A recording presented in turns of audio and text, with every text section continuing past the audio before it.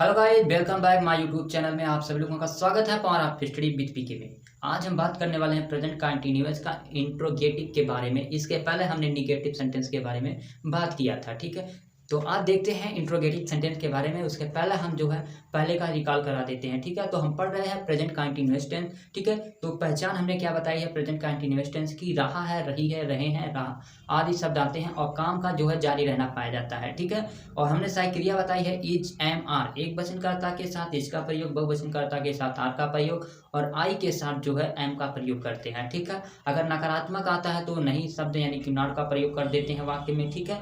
और आज हम इंट्रोगेटिव के बारे में बात ही करने वाले हैं, ठीक है। तो इंट्रोगेटिव में जो हमारा टू टाइप सेंटेंस बनते हैं, एक तो जब प्रश्नवाचक वाक्य बीच में होता है और जो है दूसरा प्रश्नवाचक वाक्य जब वाक्य के शुरू में होता है तब बनता है, ठीक है। तो चलिए देखते हैं प्रश्नवाचक के बारे में, इंट्रोगेटिव जिसे कहते हैं। तो इंट्रोगेटिव हमारा क्या हो जाएगा, जब वाक्य में कब, क्यों, कैसे यानी कि प्रश्नवाचक चिन्ह आए तो हमारा वाक्य जो होता है वह प्रश्नवाचक होता है, ठीक है। तो यहाँ से अब देख लेते हैं जब प्रश्नवाचक वाक्य के बीच में हो, ठीक है, वाक्य के बीच में हो, ठीक है। लिखवाने का कोई ज़्यादा मतलब नहीं है, ठीक है, आप लोग केवल समझ लो, ठीक है। तो लिखवाने का सिर्फ वीडियो लंबी हो जाएगी, ठीक, कोई उसका मतलब नहीं है। हम जो बोलेंगे अगर आप लोग लिखना चाहेंगे तो उसे नोट कर लिखिएगा, ठीक है। तो हमने बोला है कि जब प्रश्नवाचक वाक्य वाक्य के बीच में हो तो उसकी अंग्रेजी सबसे पहले लिखते हैं, यानी कि ये हमारा जो बीच में है इसको सबसे पहले उठा के रख देते हैं, ठीक है। तो एक सेंटेंस के अनुसार हम देखते हैं, एक कोई सेंटेंस ले लेते हैं, ठीक है। सूर्य आकाश में क्यों निकल रहा है, चलिए यही ले लेते हैं। सूर्य आकाश में क्यों निकल रहा है, क्यों निकल रहा है, सूर्य आकाश में क्यों निकल रहा है, ये हमारा एक सेंटेंस हो गया, ठीक है। और हमने बताया कि प्रश्नवाचक वाक्य जब वाक्य के बीच में आए तो उसकी अंग्रेजी सबसे पहले लिख देते हैं। कहाँ लिख देते हैं, सबसे पहले यानी कि शुरू में लिख देते हैं, ठीक है। तो हम इस सेंटेंस को बना के देखते हैं, ठीक है। तो हमने ये बताया है और जो है इसकी अंग्रेजी सबसे पहले लिखेंगे वाई, यानी कि वाई मीन्स क्यों होता है, ठीक है, वाई। और हमने बताया, आपको बता दे रहे हैं कि जो है हेल्पिंग वर्ब यानी सहायक क्रिया का जो प्रयोग होगा वह हमारा कर्ता के अनुसार करते हैं। किसके अनुसार, कर्ता के अनुसार, यानी सूर्य के अनुसार जो हम जो है क्रिया को यानी कि हेल्पिंग वर्ब को रखेंगे, ठीक है। तो हमारा जो सूर्य है वह एक वचन है, वाई उसके बाद क्या हो जाएगा, वाई उसके बाद इज हो जाएगा, इज उसके बाद क्या है तो सूर्य को लिखेंगे यानी कि the sun, the sun, why is sun, why is sun. उसके बाद क्या हो जाएगा, उसके बाद निकलना है, ठीक है, वाई इज सन, निकलना का राइस हो जाएगा, आर आई यस है। उसके बाद जो है ई यहाँ पे रहेगा, ठीक है। तो आई एन जी का प्रयोग यहाँ पे करते हैं ना, तो यहाँ से हो जाएगा RISING, राइजिंग, ठीक है, राइजिंग। उसके बाद कहाँ से निकल रहा, तो आकाश में, तो rising in the sky, in the sky.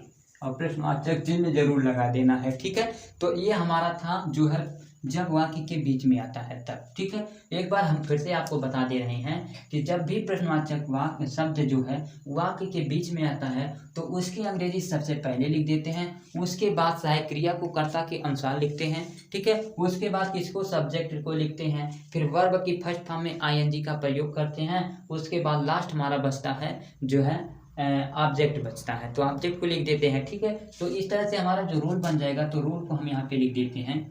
क्या हो जाएगा, रूल हो जाएगा प्रश्नवाचक प्लस हेल्पिंग वर्ब लिख दे रहे हैं, ठीक है, हेल्पिंग वर्ब प्लस जो है सब्जेक्ट हो जाएगा, ठीक है। उसके बाद क्या हो जाएगा, राइजिंग यानी कि वर्ब में जो है ING का प्रयोग प्लस का ऑब्जेक्ट को लिखेंगे, ठीक है। ये हम इतना हमारा रूल हो जाएगा, ठीक। ये हो गया उदाहरण। अब दूसरा टाइप हमारा जो बनता है वह प्रश्नवाचक वाक्य का ही है। जब प्रश्नवाचक चिन्ह हमारा जो वाक्य के शुरू में होता है तो सेंटेंस कैसे बनता है, तो यहाँ पे हम ये कहेंगे कि जब प्रश्नवाचक शब्द वाक्य के शुरू में होता है तो उसकी अंग्रेजी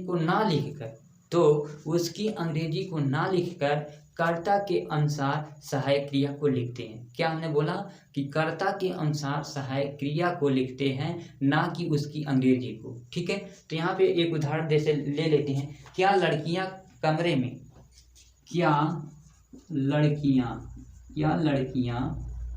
कमरे में पढ़ रही हैं? क्या लड़कियां कमरे में पढ़ रही हैं? ये हमारा सेंटेंस हो गया। इस सेंटेंस के जरिए हम देखते हैं। तो हमने बताया कि जब भी प्रश्नवाचक वाक्य शब्द हमारा वाक्य के शुरू में होता है तो उसकी अंग्रेजी को ना लिखकर कर्ता के अनुसार, इस कर्ता के अनुसार सहायक क्रिया का प्रयोग करते हैं। यदि कर्ता हमारा एक वचन का है तो इज का प्रयोग करते हैं, यदि कर्ता बहुवचन है तो आर का प्रयोग करते हैं। तो लड़कियां हमारा जो यहाँ पे है बहुवचन है। क्या है? बहुवचन है, बहुत सी लड़कियां हैं। ठीक है, तो यहाँ पे हमारा क्या की जगह पे हम आर का प्रयोग करेंगे, आर। ठीक है, उसके बाद क्या लिखेंगे? उसके बाद सब्जेक्ट लिखेंगे। सब्जेक्ट हमारा लड़कियां हैं तो गर्ल्स हो जाएगा, GIRLS, गर्ल्स। ठीक है, द आर गर्ल्स। उसके बाद क्या लिखेंगे? वर्ब की फर्स्ट फॉर्म में ING का प्रयोग। तो रीड मीन्स पढ़ना होता है ना, तो इसमें ING का प्रयोग हो जाएगा, रीडिंग। उसके बाद कहाँ पे पढ़ रही हैं? Are girls reading in the room, ROOM, room. ठीक है, रूम में पढ़ रही हैं। तो इसका जो है रूल हो जाएगा, क्या हो जाएगा रूल? इस प्रश्नवाचक को केवल हटा देंगे। ठीक है, तो हमारा जो रूल है बाकी वही सेम रहेगा। हेल्पिंग वर्ब सब्जेक्ट प्लस का वर्ब में ING और प्लस का ऑब्जेक्ट। ठीक है, इसी रूल पे जो हमारा सेंटेंस बनता चला जाएगा। ठीक है, एक बार हम फिर से रिकॉल कर देते हैं। जब प्रश्नवाचक शब्द वाक्य के बीच में हो तो उसकी अंग्रेजी को सबसे पहले लिखते हैं।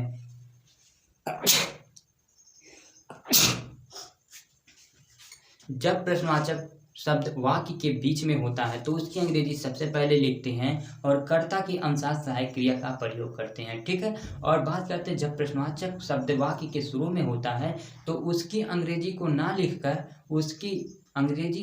लिखकर कर्ता के अनुसार, यदि कर्ता एक वचन है तो इज, बहुवचन है तो आर, और यदि मैं है तो एम का प्रयोग करते हैं। ठीक है, ये बाकी का जो रूल है यहाँ पे लिखा गया है और बाकी का एक दो उदाहरण और दे के बता दे रहे हैं। ठीक है, एक और हमारा जो कंडीशन है बनता है इंट्रोगेटिव प्लस निगेटिव का, उसे भी इसी में देख लेते हैं। उसके लिए क्या एक वीडियो बनाई। ठीक है, तो इसी में देख लेते हैं। जब हमारा यहाँ पे लिख दें, नीचे हो जाएगा ना, इंट्रो प्लस निगेटिव। ठीक है, निगेटिव का है। ठीक है, जब प्रश्नवाचक और नकारात्मक वाक्य दोनों होते हैं तब कैसे बनते हैं? तो हमारा हो जाएगा क्या? जब प्रश्नवाचक वाक्य और नकारात्मक वाक्य हमारा होता है तो जो है रूल वही हमारा रहता है। यदि प्रश्नवाचक वाक्य के बीच में होता है तो सेम प्रक्रिया वही रहती है, बस जो है नई शब्द आता है, सब्जेक्ट के तुरंत बाद उसका प्रयोग नई शब्द का यानी नाट हम लिख देते हैं। ठीक है, एक उदाहरण लेके हम देख लेते हैं। क्या है? क्या तुम आज स्कूल नहीं जा रहे हो? क्या तुम आज स्कूल नहीं जा रहे हो? तो इसे बना के देखते हैं। ये हमारा जो है यही वाला रूल है, यानी कि दूसरा वाला। ठीक है, जब प्रश्नवाचक वाक्य के शुरू में हो तो उसकी अंग्रेजी को नहीं लिखते हैं। तो ये तुम है यानी कि बहुवचन, तो आर हो जाएगा, RU। उसके बाद हमने बताया कि सब्जेक्ट के तुरंत बाद नॉट का प्रयोग करते हैं ना, तो नॉट हो जाएगा। उसके बाद क्या है? सब्जेक्ट, उसके बाद यहाँ नॉट हो जाएगा और वर्ब हमारा क्या है? जाना, तो गो हो जाएगा और ING का प्रयोग, तो गोइंग टू कनेक्टिव वर्ड है। Not going to today school, क्या हो जाएगा? स्कूल टुडे, SCHOOL,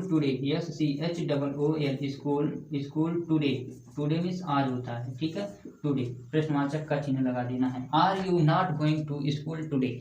आज, क्या तुम आज स्कूल नहीं जा रहे हो? इसी तरह से बनेगा। नेक्स्ट वीडियो में मिलते हैं परफेक्ट के साथ। अगर वीडियो अच्छी लगी हो तो लाइक करिए और चैनल को सब्सक्राइब करिएगा।